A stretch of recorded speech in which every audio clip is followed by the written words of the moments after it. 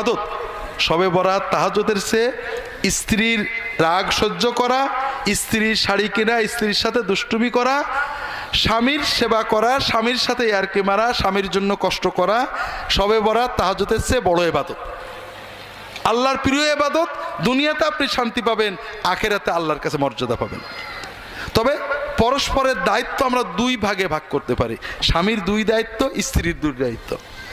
স্বামীর দায়িত্ব দুটো। একটা হলো ভালো আচরণ করা। ভালো আচরণের মডেল মোহাম্মদ রাসূলুল্লাহ সাল্লাল্লাহু আলাইহি ওয়াসাল্লাম। রাসূলুল্লাহ সাল্লাল্লাহু আলাইহি ওয়াসাল্লাম মডেলের দুটো দিক আছে।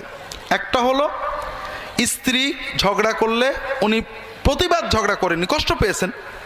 একবার স্ত্রীর আচরণে এত কষ্ট পেয়েছেন যে 4 মাস কষ্টে বাড়ি আসেননি, মসজিদে থেকেছেন।